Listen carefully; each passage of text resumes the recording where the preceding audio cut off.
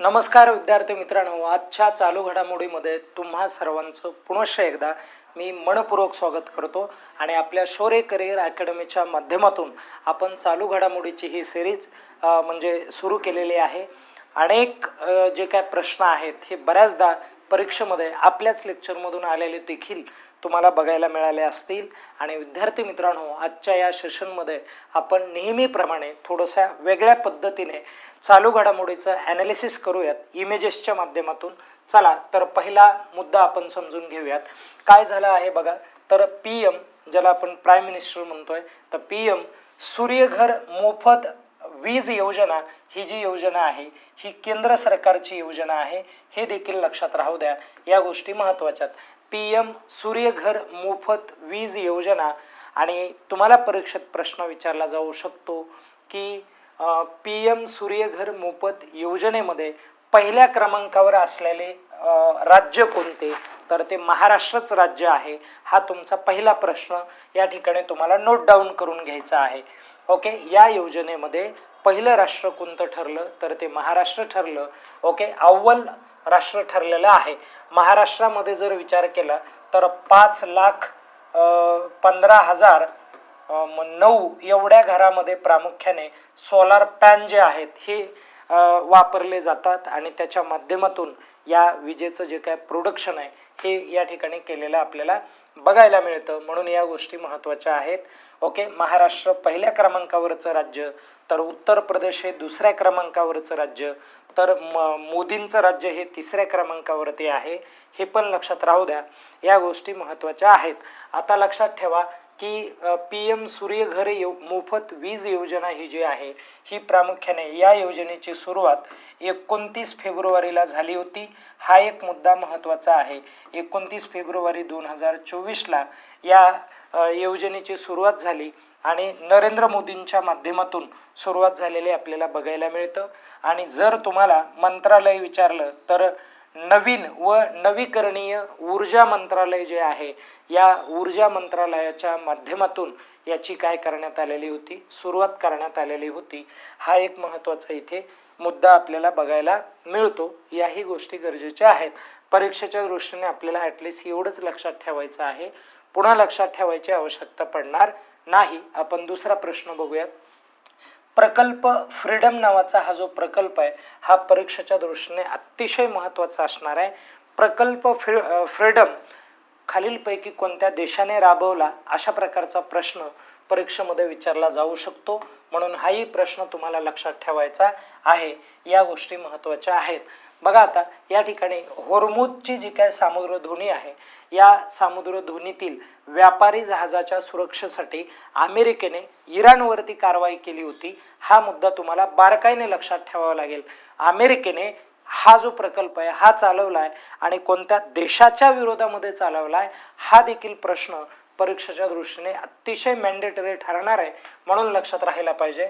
आणि project freedom जे आहे हे या ठिकाणी सुरू झालेलं आपल्याला बघायला मिळतं, ज्याला आपण प्रकल्प फ्रीडम म्हणू, नाही तर प्रोजेक्ट फ्रीडम म्हणू, काही पण म्हणा, पण ते परीक्षेमध्ये विचारलं जाईल आपल्याला, म्हणून लक्षात राहिलं पाहिजे।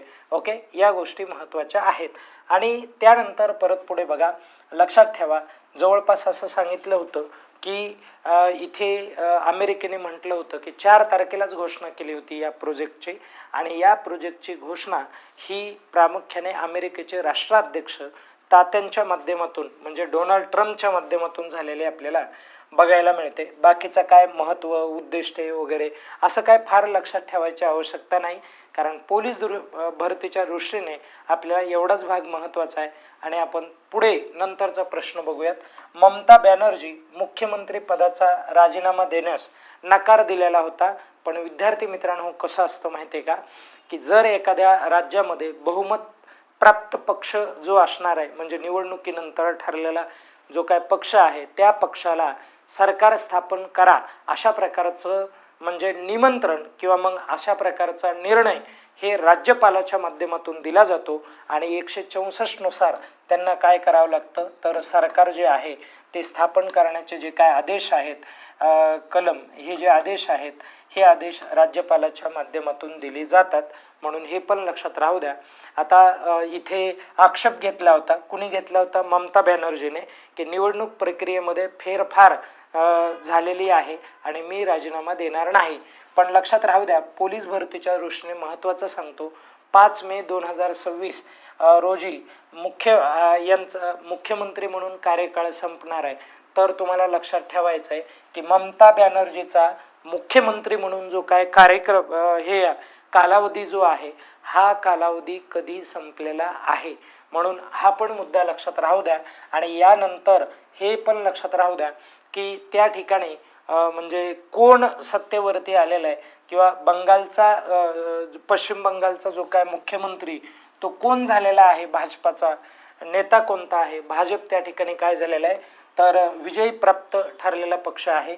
भाजपाने पश्चिम बंगालमध्ये किती जागा जिंकल्या होत्या, तर 260 एवढंच लक्षात राहू द्या. आणि तृणमूल काँग्रेस जो आहे फक्त 80 जागा जिंकल्या होत्या, असा हा प्रकार आहे. आणि भाजपाने 101% तिथे काय केलेलं आहे, गोंधळ केलेला आहे. ओके, लक्षात ठेवा. आता आपण पुढे जाऊयात. तर बंगालच्या या पहिल्या महिला मुख्यमंत्री होत्या, परीक्षेच्या दृष्टीने महत्त्वाचा मुद्दा आहे. आणि भारताच्या म्हणजे अशा पहिल्या महिला मुख्यमंत्री आहेत ज्यांनी सुप्रीम कोर्टामध्ये स्वतःची जी काय बाजू आहे ही बाजू मांडली होती. आणि भारताच्या पहिल्या महिला रेल्वे मंत्री देखील आहेत. लक्षात राहू द्या, ममता बॅनर्जी विषयी एवढे प्रश्न तुम्हाला हमखास परीक्षेला दिसतील, तर हे क्लिअर झालं पाहिजे. भारतीय तृणमूल काँग्रेसच्या त्या काय आहेत, तर नेत्या आहेत. 1998ला तो जो पक्ष आहे तो काँग्रेसमधून बाहेर पडून तयार झालेला पक्ष आहे, हे पण लक्षात राहू द्या. या गोष्टी आपल्याला गरजेच्या आहेत. आणि सध्या पश्चिम बंगालचे जे काय मुख्यमंत्री आहेत ते सुवेंदू अधिकारी हे आहेत, हे पण लक्षात राहिलं पाहिजे. अधिकारी, ठीक आहे, कळालं सर्वांना. म्हणून हा इथे महत्त्वाचा मुद्दा आपल्याला बघायला मिळतो. आता आपण पुढे जाऊयात. बघा, वंदे मातरम हे जे गीत आहे याला दंडनीय गुन्हा ठरणार आहे जर अपमान त्याचा केला गेला असेल तर. ओके, आता बघा, केंद्रीय मंत्रिमंडळाचा महत्त्वाचा तो जो निर्णय तो निर्णय देण्यात आलेला आहे.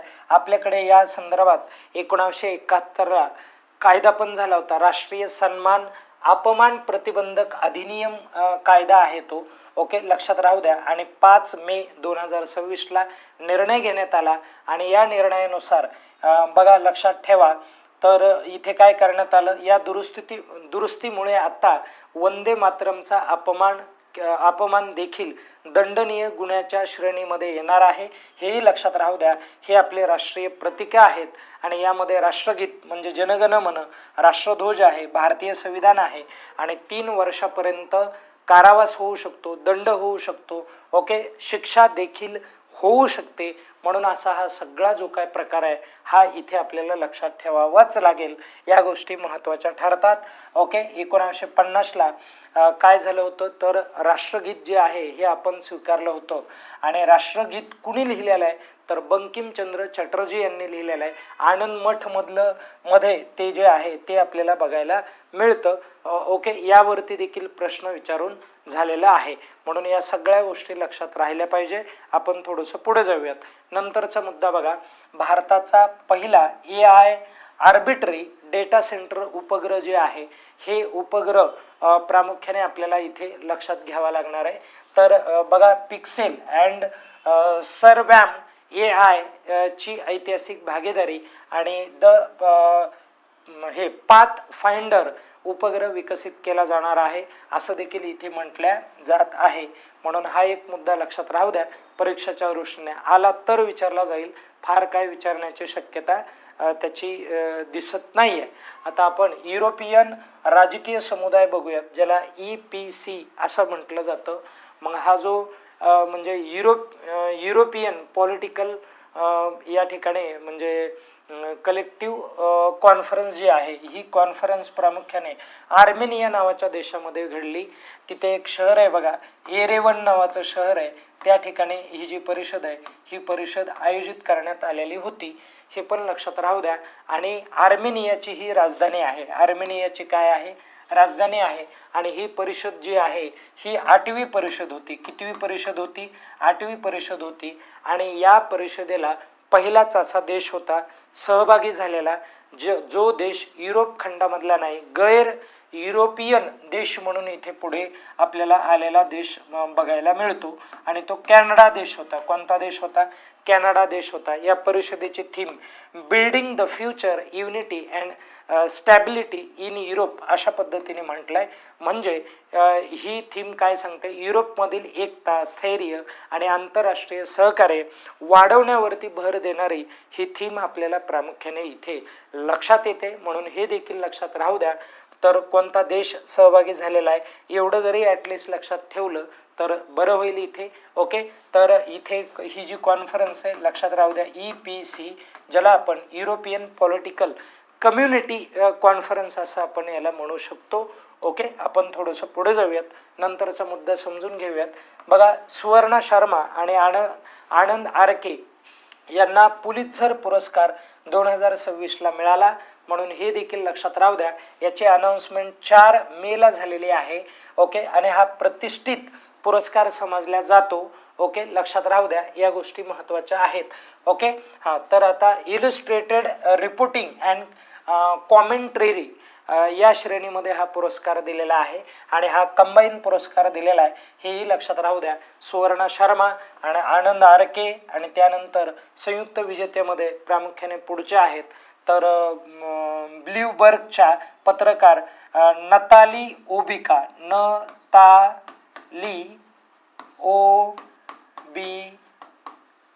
अशा पद्धतीने आहे. ओबिको पियर्सन, बरं का, या पियर्सन त्यांचं नाव आहे, पियर्सन. ओके, या पद्धतीचं नाव आहे. या पण पत्रकारच आहेत. यांना हा जो पुरस्कार आहे हा पुरस्कार दिलेला बघायला मिळतो. ही देखील लक्षात राहू द्या. पुलित्झर पुरस्काराची सुरुवात ही 1917ला झालेली होती. पत्रकार, साहित्य आणि संगीत या तिन्ही क्षेत्रामध्ये हा जो पुरस्कार आहे हा पुरस्कार दिला जातो. हा जगातला अतिशय प्रतिष्ठित पुरस्कार आहे. न्यूयॉर्क या शहरामधली कोलंबिया नावाची युनिव्हर्सिटी आहे, त्या युनिव्हर्सिटीच्या द्वारे हा जो पुरस्कार आहे हा पुरस्कार दिला जातो. विजेत्याला 15,000चे जे काय रोख पारितोषिक आहे, $15,000 एवढे डॉलर त्याला दिले जातात. हेही तुम्हाला लक्षात ठेवायचं आहे. ओके, या गोष्टी महत्त्वाच्या ठरतात. आणि आता आपण पुढे जाऊयात, नंतरचा प्रश्न समजून घेऊयात. बघा, भारतातील पहिले पिरल फार्मिंग क्लस्टर हे जे आहे हे कुठे बघायला मिळालं तर हे प्रामुख्याने झारखंड या राज्यामध्ये बघायला मिळालं. ओके, हेही लक्षात राहू द्या. ओके, प्रधानमंत्री मत्स्य संपदा योजना या योजनेच्या माध्यमातून हे राबवण्यात येत आहे आणि भारतातील पहिले अधिकृत पिरल फार्मिंग क्लस्टर असलेले आपल्याला बघायला मिळतं आणि याचा उद्देश आहे ब्ल्यू इकॉनॉमी जी आहे ती मजबूत करणे, हा त्याचा प्रामुख्याने उद्देश बघायला मिळाला. आणि एक शेवटचा मुद्दा जाणून घेऊयात. तमिळनाडूमध्ये अतिशय बहुमताने म्हणजे विजयी ठरणारा एक पक्ष आहे आणि पक्षाच्या नेत्याचं नाव पण विजयच आहे, तर हेही लक्षात राहिलं पाहिजे. ओके, तर हा जो पक्ष आहे हा पक्ष TVK पक्ष आहे. ठीक आहे, विजयी पक्ष आहे. 108 जागा प्रामुख्याने त्याने प्राप्त केलेल्या आहेत. DMK जो मूळ पक्ष होता सत्तेवर असलेला, तर हा पक्ष जो आहे याने 59 जागा मिळवल्यात आणि AIADMK याने 47 जागा, तर काँग्रेसने 5 जागा काँग्रेसने पाठिंबा मिळवलेला आहे. भाजपाची अतिशय वाईट अवस्था झालेली दक्षिण भारतामध्ये बघायला मिळते. लक्षात ठेवा, दक्षिण भारत हा विकसित असलेला राज्यांचा गट इथे आपल्याला विचारात घ्यावा लागेल. जो गट काय करतोय तर धर्मनिरपेक्ष राहण्याचा प्रयत्न करतोय, जाती व्यवस्थेपासून दूर राहण्याचा प्रयत्न करतोय. भलेही जाती व्यवस्थेचे जे काय प्रकरणं आहेत दक्षिण भारतामध्येही आपल्याला बघायला मिळतात, परंतु तिथले जे काय लोक आहेत ते एकदम म्हणजे व्यवस्थित आणि एज्युकेशनवरती जास्तीत जास्त भर देतात. म्हणून मित्रांनो, दक्षिण भारतातले आपल्याला सर्वात जास्त शास्त्रज्ञ दिसतात. त्यानंतर खेळांमध्ये पण प्रावीण्य त्यांचं अधिक दिसतं. अलग लक्षात, उत्तर भारतापेक्षा त्यांची विकासाचा जो काय दर आहे तो अधिकतम आपल्याला बघायला मिळतो आणि उत्तर भारतामध्ये कमी आहे. आणि पर्यायाने भाजपची सत्ता ही उत्तर भारतामध्ये प्रचंड मोठ्या प्रमाणात आहे आणि त्याचमुळे देखील हा विकास देखील आपल्याला कमी असलेला देखील बघायला मिळतो. याला कुठेतरी कारणीभूत हा पक्ष पण आहे. थोडंसं जरा मनपूर्वक विचार करा, कारण इथे कुठल्याही राजकीय पक्षाचा मी देखील माणूस नाही आहे किंवा पुरस्कर्ता नाही, पण ॲज अ भारतीय सिटिझन म्हणून मी तुम्हाला सांगत आहे. ओके, या ठिकाणी आपण थांबूयात मित्रांनो. पुनश्च एकदा नंतरच्या भागामध्ये आपण भेटणार आहोत. तत्पूर्वी स्वतःची काळजी घ्या.